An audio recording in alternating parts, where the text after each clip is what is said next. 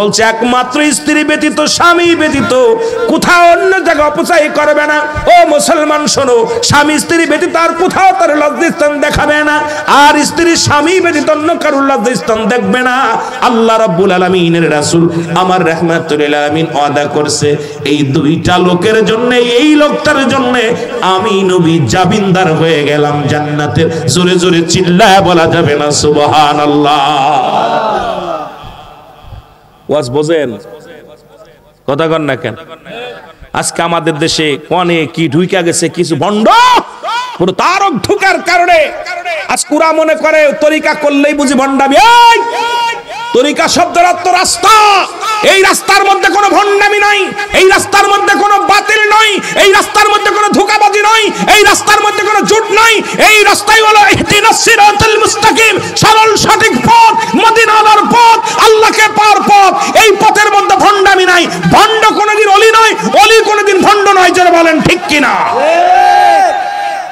কামেল মুকাম্মেলের দরবারে সম্পূর্ণ ব্যতিক্রম। কিন্তু আমার দেশের অসংখ্য ভণ্ড পীর, ভণ্ড মুরিদ, যাদের কারণে আজকে আমার দেশে হক্কানি ওলি আল্লাহরা কলুষিত হচ্ছে। পর্দা নাই, গাজা বিড়ি মদ তিনি বেড়ায়, ওর মুরিদের খাসলাতে এরকম কিলিনে 7 দিন যায় শেপ হয় বয়া বয়া, কারণ ওর ভিতর চরিত্রই পরিবর্তন হয় নাই। যদি তোমার পীরের কাছে যে চরিত্র পরিবর্তন না হয়, দরকার নাই। আমার কথা ভালো লাগলে ভালো, না লাগলে আরো ভালো, লাগলে ভালো, না লাগলে আরো ভালো। তার তরিকাতের নষ্ট করবেন, ওই রাস্তাটার কলুষিত করবেন, আপনাকে অধিকার দেওয়া হয় নাই। রাসূলুল্লাহ সত্য তরিকা, এই তরিকার মধ্যে ঢুকবেন, আপনি মন গড়া চলবেন, ভণ্ডামি করবেন।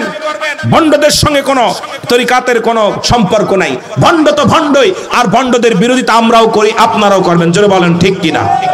এগুলো প্রতিহত করতে হবে। এগুলো না বুঝা ভালো জায়গাও ভাঙতেছে আমার ভাইয়েরা, কিন্তু আমরা ভণ্ডদের সাফাই গাই না, ভণ্ডদের বিরোধিতা করি। হারাম হারামি, পায়খানা তো পায়খানাই, এটা শুকনা হোক আর কাঁচা হোক। জোরে বলেন ঠিক কিনা? এটা আমাদের বোঝার দরকার। এই জন্য তরিকাতের ঘিরান পাইতে হলে আমল করতে হবে। আপনি গেলেন আর আইলেন, পিকনিক করলেন, ওইটা করে লাভ নাই। তরিকাতের কাজ করবেন না, দরকার নাই। আমার পীর সোজা কথা বলে দিছে, একবার সোজা কথা, বাবা যারা বেনামাজি তারা আমার মুরিদ না। পৃথিবীতে কোন পীর এইরকম বলছে আমার বিশ্বাস হয় না। কোন পীর এইরকম বলছে? আত্মশির হুজুরে আপনারা যারা দরবারে গেছেন সত্য করে বলেন, আমার কেবলা বলছে কি বলে নাই? বলছে বাবা যারা বেনামাজি তারা আমার মুরিদ, যেটা বলেন বলছে না? তাহলে আপনি নামাজ ছেড়ে দিচ্ছেন, মুরিদ আছেন? কাফের এবং মুসলমানদের মধ্যে পার্থক্য হলো নামাজ। নামাজ পড়েন না কিসের পীর মুরিদি? নামাজ পড়েন না কিসের হাজি? নামাজ পড়েন না কিসের মুসলমান? নামাজের সাথে যাদের সম্পর্ক নাই, তাদের তরিকাতের সাথে কোনো সম্পর্ক থাকতে পারে না। নামাজে যাদের সম্পর্ক নাই, সে ব্যক্তি মুসলমানের সাথে কোনো সম্পর্ক থাকতে পারে না। নামাজের সাথে যাদের সম্পর্ক নাই, ওলি আল্লাহর সাথে সম্পর্ক থাকতে পারে না। নামাজের সাথে যাদের সম্পর্ক নয়, এই ব্যক্তি কোনো মুমিন মুত্তাকিন বলে দাবি করতে পারে না। জোরে বলেন ঠিক কিনা? আরো জোরে বলেন। কেবলা জান হুজুর একটা কথা আমার মনে পড়ে গেল। কেবলা জান হুজুর একদিন কথায় কথায় বলতেছে, বাবা কিছু ভণ্ডর আগমন ঘটবে, তারা নামাজ পড়বে না, পানির উপর দিয়ে হাঁটবে। নামাজ পড়বে না, তারা আগুনের উপর দিয়ে হাঁটবে, বাবা তারা ডুববে না। ভণ্ডদের কিছু কেরামতি আছে বাবা, সাবধান, সেই জামানা আসতেছে বাবা, মানুষকে ধোঁকা দিয়ে ঈমান হারায় ফেলবে। এটা আমার পীর বলতো, বাবা এমন একটা সময় আসবে ওই ভণ্ড কি করবে, কিছু কেরামতি দেখাবে, মানুষকে দেখাবে যে দেখো আগুনের পর হাত রাখছি পড়ে নাই, কিন্তু খোঁজ নিয়ে দেখবেন নামাজ পড়ে নাই। বাবা বেনামাজি তো ওই ভণ্ডরা কিছু কেরামতি দেখায় মানুষকে পাগল করবে। খবরদার বাবা, সাবধান। ইমান বিক্রিমান, সকালবেলা ইমান থাকবে, বিকেলে থাকবে না, বিকেলে ইমান থাকবে, রাত্রে থাকবে না।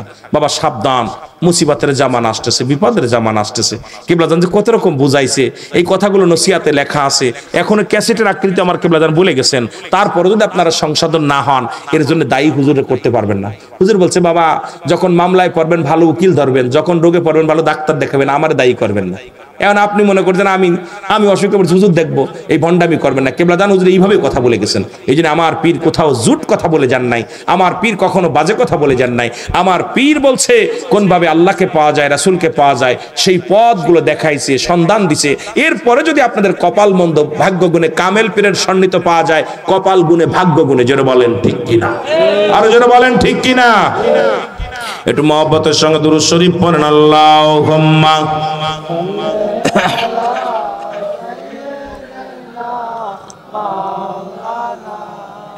আরো জোরে ওয়ালা আলি সাইয়্যিদিনা।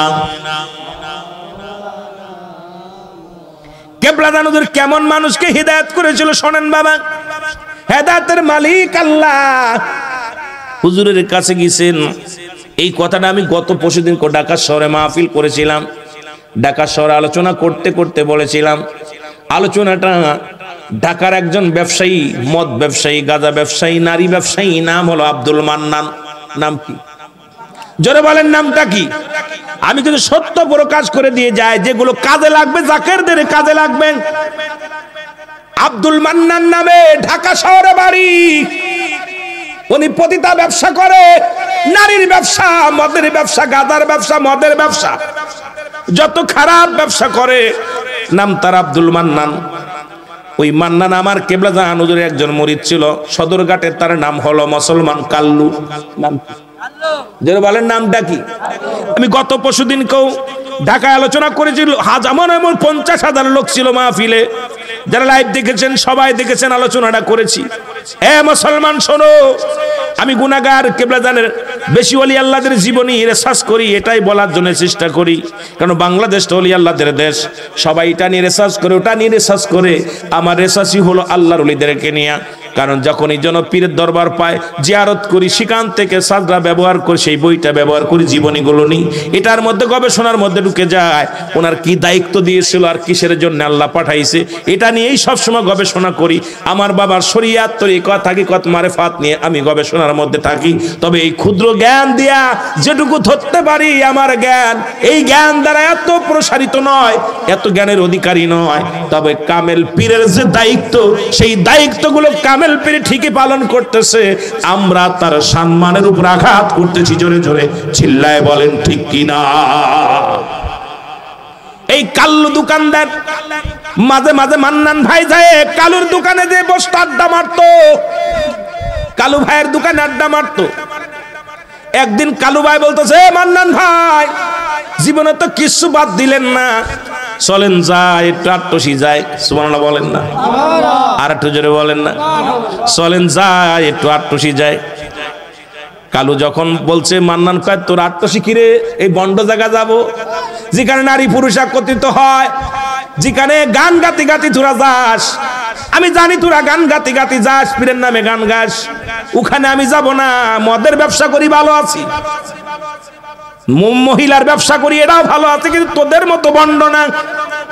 কালু কয় ভাই একবার যায় দেখে আসেন আট্টসি কি হয়, আট্টসি বন্ড কি ভালো, একবার দেখে আসেন, আটেন যায়। মাস চলে গেল, দিন চলে গেল, কয়েক মাস পরে কালুর দোকানে এসে মান্নান বলতেছে, কামাল কালু রে, ও কালু তোর পীরের দরবারে জাতি পারি, একটা শর্ত আছে। কয় কি শর্ত? কয় আমি একটা মেয়েকে ভালোবাসতাম, এই মেয়ের রূপ গুণে আমি পাগল হয়ে গেছি, অনেক টাকা পয়সা আমার কাছ থেকে নিয়ে মেয়েটা ভেগে গেছে। ওই মেয়েটাকে যদি তোর পীর এনে দিতে পারে তাহলে তোর পীরের কাছে যাব। যদি তোর পীর যদি ওই মহিলাটাকে আমার কাছে এনে দিতে পারে, আমি কথা দিলাম রে কালু, তোর পীরের দরবারে আমি যাতায়াত করব। জোরে জোরে চিল্লা বলা যাবে না আল্লাহু আকবার।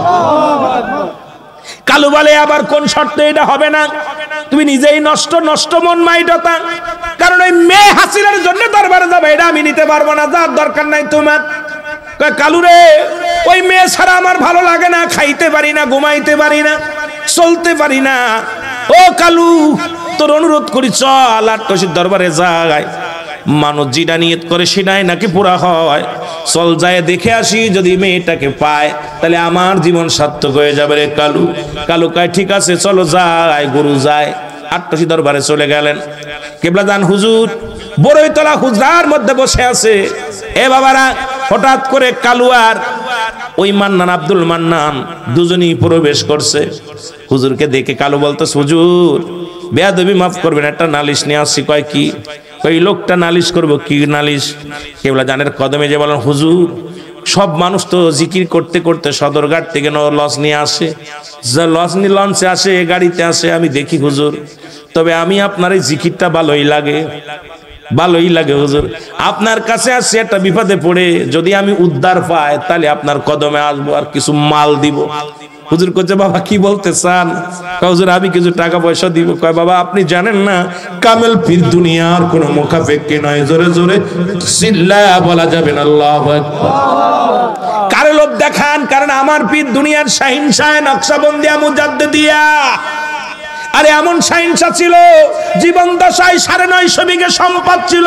হুজুর কোনদিন যদি মন চাইতো সকালে সন্ধ্যা দুপুরে যদি বড় বড় গরু জবাই করে খাইতে চাইতো, প্রতিদিন 2-4টা খেতে পারতো। কিন্তু মুসলমান শুনে না, আমার পীর কোনদিন খান নাই। আমার পীর মুরিদের টেনশনে একবার পীর কেবলা অসুস্থ হয়ে গেলেন, এত দুর্বল হয়ে গেলেন, সবাই মনে করছে হুজুর আর বাঁচবে না, উঠতে পারে না, জবান বন্ধ, হুজুর কথা বলে না, কারোর সাথে কথা বলে না। ডাক্তার আনা হলো, ডাক্তার নারী দেখে বলে নারী ঠিক আছে। ডাক্তার চিকিৎসা করে বলে মিয়া ভাইজান মুজাদ্দিদি সাহেবকে ডাকতে বললেন, মিয়া ভাইজান মুজাদ্দিদি, মেজে ভাইজান মুজাদ্দিদি, ভাই স্যার আপনার আব্বার কিছু হয় না, আপনার আব্বার কোনো রোগ নাই দেহের মধ্যে, শুধু আপনার আব্বা না খাইতে খাইতে দুর্বল হয়ে গেছে, এমন অবস্থা হয়েছে আপনার আব্বা যদি না খায় মারা যাবে।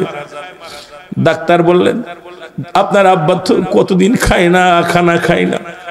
বলেন আপাতত একটা সিলাইন দিয়ে আগে দেখি। সিলাইনটা দেওয়ার পর কেবলাদান হুজুর সুস্থ হলেন।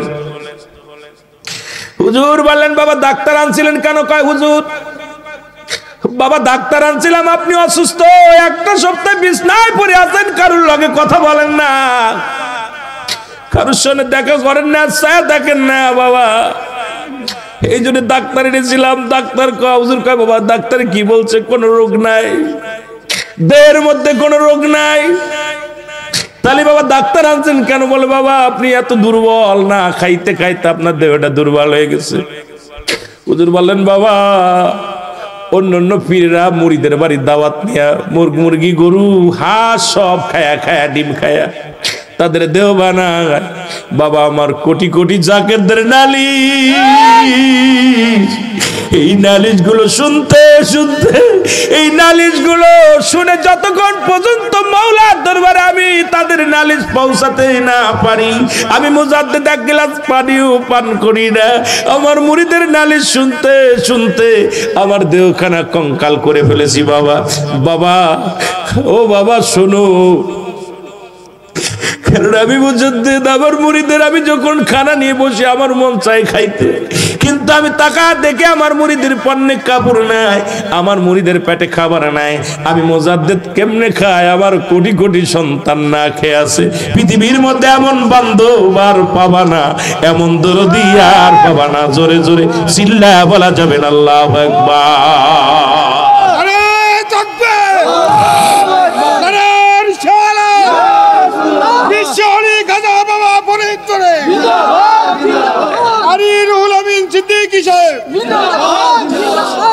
আমার ভাইয়েরা, আমার বন্ধুরা, আমার অল্প সময়ের মধ্যে কথাগুলো বলে যায়, যে কথা আমি বলতেছিলাম।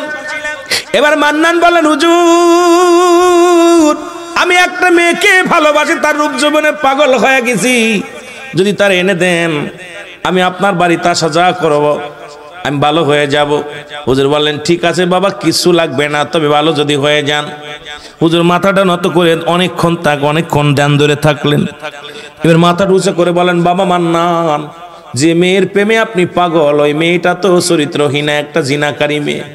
বাবা ওই মেয়ের জন্য আপনি এত পাগল কেন? মেয়েটা তো লুবি মেয়ে, এরপর অনেক পুরুষের সঙ্গে সে মেলামেশা করেছে। বাবা এই মেয়ের জন্য আপনি পাগল কেন? ছেড়ে দেন বাবা, ওই মেয়েটার দরকার নাই।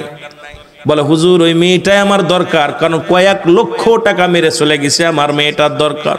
হুজুর বললেন বাবা ওই মেয়েটা আপনার জীবনটা শেষ করে দিবে, বাবা ওই মেয়েটাকে ভুলে যান। মান্নান কা হুজুর ভুলতে পারবো না, আপনার এনে দিতেই হবে। হুজুর কি করলেন? এই শাহাদত আঙ্গুল মুবারক মান্নান ভাইয়ের চোখের সামনে দিয়ে একটা টান মারলেন, সঙ্গে সঙ্গে মান্নান কয় আমার বুকের ভিতরে কেন যেন কাঁপন শুরু হয়ে গেল। আমি সঙ্গে সঙ্গে এই মেয়ের স্মৃতি ভুলে গেলাম, বললাম হুজুর আমার লাগবে না, এই বলে আমি বাড়ি চলে আসলাম। বাড়ি আসার পর আমি আর বাড়ি টিকতে পারি না, যখনই তাকায় হুজুরের চেহারা মুবারক দেখি। আমি যখন ব্যবসার মধ্যে যাই হুজুরে দেখি, ঘুমাইতে গেলে হুজুরে দেখি যেখানে যায় সেখানে হুজুর বেশি আসে। আব্দুল মান্নান কয় দুনিয়ায় কত মানুষ দেখলাম, জীবনে এত নূরের মানুষ আমার নজরে পড়ে নাই। আমি ঘুমাইতে পারি না, খাইতে পারি না, যাইতে পারি না, চলতে পারি না। যখনই দেখি তাকায় তাকায় তখনই তারে দেখতে পাই। আব্দুল মান্নান ভাই উনি কি করলেন মুসলমান, শুনে নেন শুনে নেন। মান্নান ভাই বললেন, মান্নান ভাই বলতেছে এবার কালুরে চল আট্টসির দরবারে যায়। আট্টসি মান্নান কালু গায়ে তুমি তো নিজেই আট্টসির নাম শুনতে পারতা না, আট্টসির নাম শুনলেই তোমার মাথা খারাপ হয়ে যেত, এখন তুমি কেন যেতে চাও? কয় কালু রে তোর ভাড়া আমি দিয়ে দিব, খরচ দিব, চল। কালুরে নিয়ে আট্টসির দরবারে গেলেন, যা হুজুরের সামনে হাজির হয়ে গেলেন। হুজুর বললেন বাবা আপনি আইছেন আবার কেন, মেয়েটা পাইছেন নি? বাবা আমার মেয়ের দরকার নাই বাবা, আমি কিচ্ছু চাই না, আমি আপনার কাছে বায়াত হতে চাই। জোরে বলেন আল্লাহু আকবার। আপনার কাছে আমি তরিকা নিতে চাই। হুজুর বললেন বাবা তরিকা নিবেন, ঠিক আছে বাবা নেন, তবে আমার একটা, মান্নান বলে আমার একটা শর্ত আছে, যদি আমার শর্তটা আপনি মানেন তাহলে আমি মুরিদ হব, আর যদি আমার শর্ত না মানেন তাহলে আমি মুরিদ হব না। হুজুর বললেন বাবা আপনার কি শর্ত বলেন? হুজুর শর্তটা হলো আমি কিন্তু সব ছেড়ে দিছি, মাগিবাজি ছেড়ে দিছি, শয়তানি ছেড়ে দিছি, বজ্জাতি ছেড়ে দিছি, গাঁজা মদ সব ছেড়ে দিছি, একটা জিনিস আমি ছাড়তে পারি না, সেটা হলো মদ পান নিজে করা, কারণ বিক্রি করা ছেড়ে দিছি, আমার সকাল সন্ধ্যা কয়েক বোতল মদ লাগে। আপনার কাছে বায়াত গ্রহণ হতে পারি, বিনিময় শর্ত থাকবে আমি মদ পান করব, আমার মদ পান করা ঠেকাইতে পারবেন না। যদি এই শর্তে রাজি হন তাহলে আমি আপনার কাছে বায়াত গ্রহণ করতে পারি, করতে চাই। জোরে জোরে চিল্লায়া বলা যাবে না আল্লাহু আকবার। হুজুর বললেন বাবা আপনার কথা আমি রাজি। সুবহানাল্লাহ কইতেন। হায় হায় বাবা আপনি মদ পান করেন কোনো দোষ নাই, আপনি যত পারেন খাবেন, আপনি যেহেতু মুরিদ হতে চেয়েছেন বাবা আমি আপনার কথায় রাজি হয়ে গেলাম। সুবহানাল্লাহ কইতেন রে। বলে বাবা আমারও একটা শর্ত আছে। হুজুর আপনার আবার কি শর্ত? শুনেননি বাবা আপনি মদ পান করবেন, আপনাকে বাধা দিব না, তবে আমার সাথে কথা দেওয়া লাগবে আপনি পীরের সামনে মদ পান করবেন না। কথা বোঝেননি? বাবা আপনি মদ পান করবেন, বাধা দিব না, কিন্তু আপনার পীরের সামনে আপনি মদ পান করবেন না। সুবহানাল্লাহ কইতেন। বলে হুজুর আমি কথা দিলাম জীবনেও আপনার সাথে, আপনার সামনে মদ খাবো না, এমনকি আপনার এই দরবারে এসেও মদ খাবো না, কথা দিলাম, আপনি আমারে বায়াত করায় দেন। হুজুর বায়াত করাই দিলেন। বাড়ি চলে আসেন, মদের নিশা লাগছে বেচারার আব্দুল মান্নান সাহেবের। বাড়ি এসে ও মুসলমান সদরঘাটে আসি মদের বোতল কিনে নিয়ে কয় মরিচি আগে তাড়াতাড়ি খাইতে হবে, এখন তার হুজুর নাই। ঢুকছে ঘরের ভিতরে, দুইটা মদের বোতল বাইঙ্গা যখন গ্লাসের মধ্যে মদ ঢালবে, এমন সময় গ্লাসের মধ্যে তাকায় দেখে জামানার মহাকামেল খাজা বাবা হাজির হয়ে গেছে। জোরে জোরে চিল্লায়া বলা যাবে না সুবহানাল্লাহ। আরে ডাক দে কয় আরে হুজুরে কোন খেলা, কারণ মদের বোতলের মধ্যে হুজুর, গিলাসের মধ্যে হুজুর। আল্লাহু আকবার কইতেন। আরো জোরে আরো জোরে। এবার ডাক দে বলেন, এবার জানলা দরজা বন্ধ করে দিয়ে কয় মদের এত নিশা লাগছে, জানলা দরজা বন্ধ করে দিয়া মদের বোতল খুলে যখন গ্লাসের মধ্যে ডুবদুরা ডালছে, গ্লাসের মধ্যে জামানার মহাকামেল খাজা বাবা সৈয়দুল্লামা বিশ্বলি হাজির হয়ে গেছে। জোরে জোরে চিল্লায়া বলা যাবে না সুবহানাল্লাহ। মদের বোতলটা হাতে নিয়ে একটা আছাড় মেরে ভেঙ্গে কয় দয়াল তুমি যে আমার এইভাবে ফাঁকি দিবা বুঝতে পারি নাই, তুমি যা তো চালাক আমি বুঝতে পারি নাই। আমি মনে করেছিলাম তুমি আট্টসি থাকো না রে দয়াল, না তুমি যে ঢাকার শহরে ঘোরাঘুরি করো আমার বাড়িতে আসছো। এক দড়ি কয় কালু রে তাড়াতাড়ি চল আট্টসির দরবারে। কালু বাইরে নিয়ে যায় দয়ালের কদমে গেলেন, যা বলে হুজুর আমি কথা দিলাম আমি জীবনে কোনোদিন একটা বিড়িও গালে দিব না, মাত্র দূরের কথা একটা বিড়ি তামাক আমি গালে দিব না, কারণ দয়াল আমার ভুল হয়ে গেছে। দয়াল রে তুমি সবখানে, তুমি মুরিদের বিপদে মুরিদের বিপদে আপদে সব সময় দয়াল তুমি পাশে থাকো, আমার আর বুঝতে বাকি নাই। দয়াল রে আমি জীবনে আর কোনোদিন মদ পান করব না। জোরে বলেন সুবহানাল্লাহ। হুজুর বলতে বাবা কি হয়েছে বলেন না, কি হয়েছে আপনার, এত পাগলামি করছেন কেন? হুজুর আমি বাড়ি গেলাম, আপনি কইছেন আপনার সামনে মদ খাবো না, বাড়ি যায় মদ যখন খুলছি খুইলা দেখি আপনি, এরপরে জানলা দরজা বন্ধ করে মদ ঢালছি, এর মধ্যেও দেখি আপনি। দয়াল কিবলা জান হুজুর বললেন, বাবা আমার মুরিদ বিশ্বের যে প্রান্তে থাকুক না কেন, আমি মুজাদ্দিদ ওই মুরিদের খবর না নিয়ে ঘুমাই না। সুবহানাল্লাহ বলেন। আরো জোরে, আরো জোরে। অনেকেই বলতে পারেন ভণ্ড, প্রতারক, কারণ জামানার মহাকামেল বলছে, বাবা সমুদ্রের মধ্যে যদি একটা খচ্চপ যদি কয়েকটা পল্টি মারে, ঘুল্লি মারে, ওটাও আল্লাহ আমার দেখায়। জোরে বলেন ঠিক কিনা? ভাগ্যগুণী এমন কামেল পেয়েছিলাম যাদের এই দরবারে মুরিদ হতে লাগলে কপাল লাগে, এই দরবারে মুরিদ হতে লাগলে কপাল লাগে, এই দরবারে টিকে থাকতে লাগলে কপাল লাগে। এই দরবারের সাথে গাদ্দাবি করে যারা, ওই ফিরাউনের বংশধর যারা, এই দরবারের সাথে গাদ্দাবি করে কারা? ফিরাউনের নমরুদের যারা বংশধর যারা। সুতরাং এই দরবারে মুরিদ হতে লাগলে ভাগ্য লাগে, কপাল লাগে। জোরে বলেন ঠিক কিনা? আরো জোরে বলেন ঠিক কিনা? অনেকেই দরবার সঙ্গে বিদ্রোহী ঘোষণা করছে, অনেকেই দরবারকে তুচ্ছ তাচ্ছিল্য করে, অনেকেই দরবারকে কত রকম কত কথা বলছে। আমার পীর কেবলা জান কোনোদিন কাউকে গালি দেন নাই, আমার পীর কেবলা জান কোনোদিন কাউকে অভিশাপ দেন নাই, আমার পীর কেবলা জান কোনোদিন কারোর বিরোধিতা করে নাই। একটা কথা আমার মনে পড়ে গেল, যেহেতু আমার চাচা জান হাফেজ আব্দুল হাই সাহেব আছেন, হুজুর অনেক আদর করতো তাদেরকে, ওনার আরেকজন ভাই ছিল তাদেরকে আদর করতো, কিন্তু আদরের মধ্যেও কিছু বাদর তো হয়ে যায়। যদি বলেন ঠিক কিনা? এরকমের কিছু আছে। কেবলা জান হুজুর তখন এই যে আমাদের আল্লামা মুফতি আল্লামা দেলোয়ার হোসেন সাইদি সাহেব, উনি আসলেন আপনার সদরপুরে ওয়াজ করতে, সদরপুরে ওয়াজ করতে আসলেন। তা সদরপুরে ওয়াজ, এর আগে তো দেলোয়ার হোসেন সাইদি ওয়াজের ভিতরে আট্টশির হুজুরের গরু যায়, গরুর পীর মির অনেক কিছু বলছে, আলহামদুলিল্লাহ বলতেছি বাবা। তো এইরকম তো অনেক কথা বলতো, তাও আট্টশি আসছে, তা এখন আট্টশি সব আলেমরা দৌড়ে আইসে, আইসে কয় হুজুর দেলোয়ার হোসেন সাইদি আইসে ওয়াজ করতে, এখন আমরা কি বন্ধ করে দেবো? হুজুর কয় খবরদার, খবরদার। হুজুর বললেন বাবা, হুজুর বলেন বাবা শোনেন, কইছে হুজুর আপনার বিরুদ্ধে ওয়াজ করতেছে দেলোয়ার হোসেন সাইদি। হুজুর বলেন বাবা একটা কথা বলবো? বলেন। বাবা আপনারা যখন ওয়াজ করেন কতগুলো মানুষ হয় আপনাদের সামনে? হুজুর 200, 300, 500 হয়। বাবা দেলোয়ার হোসেন সাইদি যখন ওয়াজ করে কত মানুষ হয়? 1000, 10,000, 20,000, 50,000 লোক হয়ে যায়। সুবহানাল্লাহ বলেন না? হুজুর মিসকে একটা হাসি দিয়ে বললেন, বাবা আমার তো সাইদি বেশি তরিকা প্রচার করতেছে। সুবহানাল্লাহ বলেন না? কেমন পীর ছিল শোনেন। কেবলা জান হুজুর মিসকে একটা হাসি দিয়ে বললেন, বাবা উলামা ইকরাম শোনেন, কারণ আমার সাইদি তো আপনাদের চাইতে বেশি তরিকার কাজ করতেছে, কারণ আপনাদের মাহফিলে হয় 200-300 লোক, সাইদির মাহফিলে হয় লক্ষাধিক লোক, সুতরাং সেই তো তরিকাদের কাজ করতেছে। সুবহানাল্লাহ বলেন না? সুবহানাল্লাহ। এরপরে কেবলা জান হুজুর 2টা পাখা পাঠাইলেন, তালের পাখা পাখায় দিলেন, যে সাইদি তখন কারেন্ট এরকম নাই, চলে যায়। হুজুর পাখা পাঠাইলেন, সাইদি সাহেব জিগেলে এত বড় পাখা কই থেকে? আট্টশিতে পাঠাইছে। উনি ওই দিন থেকে আজ জীবনে কোনদিন আট্টশির বিরোধিতা করে কথা বলেন নাই। সুবহানাল্লাহ বলেন? আরো জোরে বলেন, আরো জোরে। উনি জীবন আর কোনদিন কথা বলেন নাই। সুতরাং আমার পীর কেবলা জানকে কতজন কত কথা বলছে, আমার পীর কারো প্রতিবাদ করেন নাই। হুজুর বলছে বাবা ওরা বোঝে না, ওরা বোঝে না। একটা কথা আপনাদেরকে বলতো বেশিরভাগ, যে বাবা হাতি যখন রাস্তা দিয়ে চলে তখন বানরে কত বিলকি মারে, বানরের বিলকিতে হাতির চলা বন্ধ হয় না। সুতরাং আট্টশি দরবারটাকে নিয়ে অনেক মানুষ ঝাঁকি মারছে, অনেক মানুষ অনেক কথা বলছে।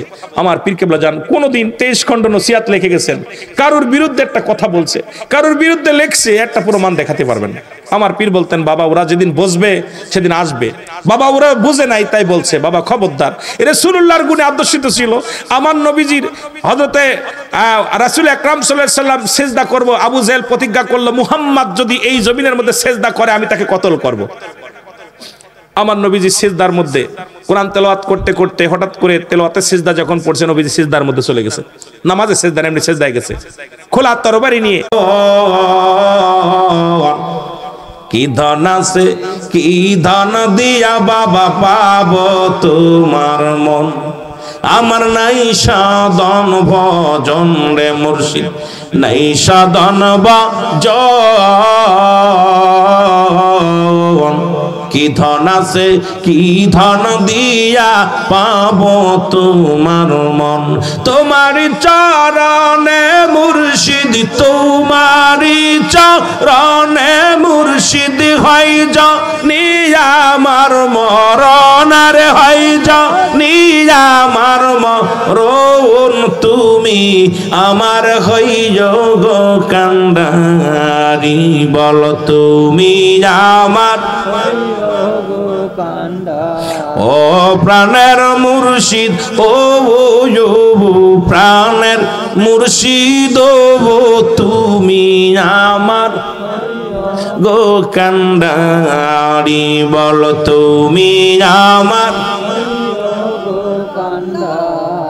এ ভাইরা আমার, বন্ধুরা আমার, যে কথা বলতেছিলাম একলাস ভাই বুঝায় বলা পর ডাকতে বলেন, ভাই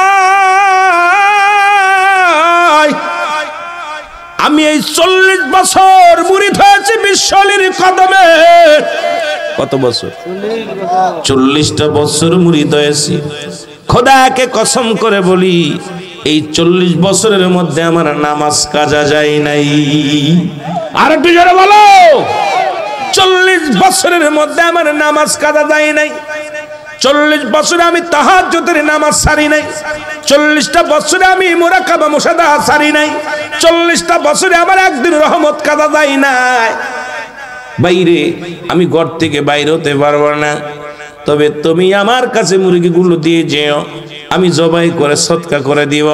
ও মুসলমান শোনো, আল্লাহ রাব্বুল আলামিন আপন পীরের ওসিলায়, আল্লাহ রাব্বুল আলামিন ডাক্তার ফেরত, মদিনা ফেরত রোগী, আমার আল্লাহ রাব্বুল আলামিন খাজার ওসিলায় আমার আল্লাহ তারে দয়া করেছে। জোরে জোরে চিল্লায় বলো মারহাবা। আর একটু জোরে বলো মারহাবা। এ মুসলমান, ক্যান্সার রোগী ভালো হয়ে গেল, ব্লাড ক্যান্সার, লিভার ক্যান্সার দুটোই ঠিক হয়ে গেল। এই জন্য আমলদার ব্যক্তির দরকার। কারণ হযরত আবু বকর সিদ্দিক রাদিয়াল্লাহু তাআলা আনহু যখন তার পায়ের মধ্যে মুসলমান সাপে কামড় দিয়েছিল, বিষে জর্জরিত হয়েছিল, রহমতের নবী বিসমিল্লাহ বলিয়া থুতু মেরেছিলেন, সাপের বিষ পানি হয়ে গিয়েছিল। সেই মুখটা পবিত্র করা লাগবে। এই জন্য আমার নবী ডাকতে বলেন, ও মুসলমান শোনো, দুইটা জিনিস যে ব্যক্তি আমার কাছে জামিনদার হয়ে যাবে, আমি নবী তার জান্নাতের জামিনদার হব। তার মধ্যে 1 নাম্বার হলো দুগালের মধ্যবস্তু জিহ্বা। এটা দিয়ে কাউকে গালি দেওয়া যাবে না, মন্দ কথা বলা যাবে না, মদ খাওয়া যাবে না, গাঁজা খাওয়া যাবে না, বিড়ি খাওয়া যাবে না। এ মুসলমান, আপনার মুখটারে পবিত্র রাখতে হবে। জোরে বলো আল্লাহু আকবার। নবীর শানে জান্নাতে নবী বলছে, আমি জান্নাতের জামিনদার হয়ে যাব। দুইটা জিনিস যে ব্যক্তি হেফাজত করতে পারবে, জোরে বলো আল্লাহু আকবার। আস্তে কইবেন না, জোরে কইবেন। মদিনাওয়ালা বলছে, আর মদিনাওয়ালা যদি একবারে জান্নাতের জামিনদার হয়ে যায়, আপনার কোনো ভয় নাই। জোরে বলেন ঠিক কি না? আর একটু জোরে বলা যাবে না আল্লাহু আকবার। সেই দুইটা জিনিস হলো, 1 নাম্বার হলো দুগালের মধ্যবস্তু। মুসলমান, আজ থেকে তওবা করবেন যারা বিড়ি সিগারেট খান, আজ থেকে তওবা করবেন, আল্লাহ এই মুখ দিয়ে আর বিড়ি খাবো না, এই মুখ দিয়ে আর গাঁজায় টান দিব না, এই মুখ দিয়ে কাউকে গালি দিব না, এই মুখ দিয়ে তোমার জিকিরি করব, এই মুখ দিয়ে আব্বা মারে ডাকবো, এই মুখ দিয়ে দুরূদ শরীফ পড়ব, এই মুখ দিয়ে নবীর প্রেমে হাবুডুবু খাইব, নবীর প্রেমের গান, ইশকের গান গাবো। ও মুসলমান শুনে নাও, এই জুব্বা দিয়া কোনোদিন আমি হারাম জিনিস ভক্ষণ করব না। ও মুসলমান, আর 2 পায়ের মধ্যবস্তু যেটা হলো লজ্জাস্থান, পুরুষ লিঙ্গ স্ত্রীলিঙ্গ, একমাত্র স্বামী স্ত্রী ব্যতীত আমি অপচয় করব না। পৃথিবীর কোথাও যাব না, একমাত্র স্বামী ব্যতীত অন্য কোন পুরুষের কাছে যাব না। সে যত বড় মৌলবী হোক, যত বড় মুন্সি হোক, যত বড় কারি হোক না কেন। আমার দেশের সরল প্রাণ মা বোনেরা এখন কিছু তরিকার মধ্যে ঢুকে গেছে, ভণ্ডামিরে মুসলমান, আর উলামা একরাম এই ভণ্ডামির সুযোগ নিয়েছে। শুনে নাও, শুনে নাও, এরা বলে মারেফাত। মারেফাত যদি জানতা, এটা মরার পথ মারেফাত নয়। এই মারেফাত বলতে এটা বুঝায় এই বরুড়ার জমিনে বইয়া মদিনা জিয়ারত করা, এই বরুড়ার জমিনে বইয়া রাসূলুল্লাহকে দেখা, এই বরুড়ার জমিনে বইয়া মদিনার অলিগলিতে ঘোরা, এটা যদি হয় এটার নাম হলো মারেফাত। কিন্তু আমার দেশের কিছু আলেম ওলামা, কিছু মুসলমান সাধুবাদ মৌলবীরা, কিছু সাধারণ পাবলিক মারেফাত বলতে বোঝায় গোপন, যেটা স্বামী স্ত্রী হয় সেটা বুঝাইয়া পুরো ধ্বংস করে দিচ্ছে জাতিটাকে। মুসলমান শুনে নাও, রাসূল সাল্লামের দিকে আবু জেহেল তেড়ে আসছে, সঙ্গে সঙ্গে আবু জেহেল দেখতে দাঁড়ায় পড়ছে, আর কাটতে পারে নাই। তখন আবু জেহেলের অনুসারীরা বলতেছে, হে আবু জেহেল, তুমি মুহাম্মদকে হত্যা করার প্রতিজ্ঞা করেছিলে, করলে না কেন? কয়, আমি যখন মুহাম্মাদের দিকে তরবারি নিয়ে গেছিলাম, তখন আমি দেখলাম একটা আগুনের গুল্লা আসতেছে। আল্লাহু আকবার। এই জন্য আমি ভয়ে আর ওদিকে আগাতে পারি না। আবার একদিন আবু জেহেল প্রতিজ্ঞা করলো, আজ যদি রাসূল পাক সাল্লাল্লাহু আলাইহি ওয়াসাল্লাম সিজদা করে মদিনার বুকে, তাকে হত্যা করব আমি নিজ হাতে। রাসূল সাল্লাল্লাহু আলাইহি ওয়াসাল্লাম সিজদার মধ্যে চলে গেছে। এমন সময় আবু জেহেল খোলা তরবারি নিয়ে চলে গেছে রাসূলকে হত্যা করার জন্য। হঠাৎ করে আবু জেহেল দাঁড়ায় গেছে, তরবারি ফেলে দিছে হাত থেকে, কাঁপতে থরথর করে কাঁপতেছে, তরথর করে কাঁপতেছে। আবু জেহেল বলল, সবাই এ আবু জেহেল, তুমি আমাদের নেতা, আবুল হাকাম তুমি আমাদের নেতা, তুমি তরবারি ফেলে দিলে হবে, তরবারি ফেলে দিলে হবে। আমার ভাইয়েরা, তখন আবুল হাকাম বলতেছে, ভাই আমি দেখলাম বড় দুইটা উট গা মাথ এমন ভাবে আসতেছে, আমার দিকে তেড়ে আসতেছে, আমার মন বলতেছে উট আমাকে মেরে ফেলবে, এই জন্য আমি তরবারি ফেলে ভয়েতে। তখন আমার নবীকে জিজ্ঞাসা করা হলো, এ মুহাম্মদ, আপনি আবু জেহেলের দুইটা বিষয় আপনি একটু বলেন। নবীজি বললেন, ওদিন আগুনের গোল্লা যেদিন ছুঁড়েছিল দেখছিলা, ওটা হলো আবু জেহেল দেখছে, ওটা আল্লাহ রাব্বুল আলামিন ফেরেশতা দিয়ে করাইছেন। আর যে এই যে আসছিল যেদিন দুইটা উট আসছিল, উট দুটাও ফেরেশতা দিয়া আল্লাহ রাব্বুল আলামিন তার হাবিবকে রক্ষা করছে। জোরে বলেন সুবহানাল্লাহ। তো কেবলাজান হুজুরের বিরোধিতা কত আলেম করেছে, কত উলামা ইকরাম করেছে। আমার পীর মাশায়েখরা বাংলাদেশে যত ওয়াজে আসতো আত্মশীর বিরোধিতা করতো। আল্লাহর কসম করে বলি, আমার পীর কোনোদিন কাউকে গালি দেন নাই, কাউকে অভিশাপ দেন নাই, কাউকে বরদোয়া করেন নাই, কারোর অভিযোগ কারোর বিরুদ্ধে করেন নাই। হুজুর বলতেন, আল্লাহ তাদেরকে হেদায়েত দান করো, আল্লাহ তাদেরকে হেদায়েত দান করো, তাদেরকে তুমি দ্বীনের পথে ফিরিয়ে দাও, আল্লাহ তাদেরকে তুমি বুঝ দাও, আল্লাহ তাদের দ্বীনের বুঝ দাও। এটাই ছিল হুজুরের আদর্শ, এটাই ছিল আমার কেবলাদান হুজুরের আদর্শ। আজও পর্যন্ত বিশ্বাস করবেন না, অনেক টুকিটাকি কাজ নিয়ে যখন মেজে ভাইজানের কাছে, মিয়া ভাইজানের কাছে আমরা বলি, কথা বলি, মেজে ভাইজান একই কথা বলে, দেখো তোমার পীর কতজন কাফের উপাধি দিছে, তোমার পীর কি প্রতিবাদ করেছে?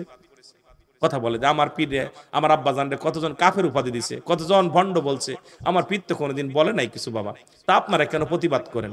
ওদের ব্যবসায়ী তো ওরা দুর্নাম করবে, আটশির বিরুদ্ধে দুর্নাম না করলে ওদের ব্যবসা রুজি ভালো হয় না। যখন এই রুজি বন্ধ হয়ে যাবে, আটশির বিরোধিতা করা বন্ধ হয়ে যাবে, রুজি কমে যাবে। তো এটাকে আপনারা চান?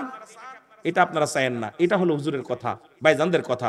সুতরাং আমি আপনাদের কাছে অনুরোধ করব, আমাদের প্রধান অতিথি আসছেন, এরপর আমাদের ছোট ভাই হাফেজ তানবীর আহমেদ সাহেব, উনি একটু কথা বলবে।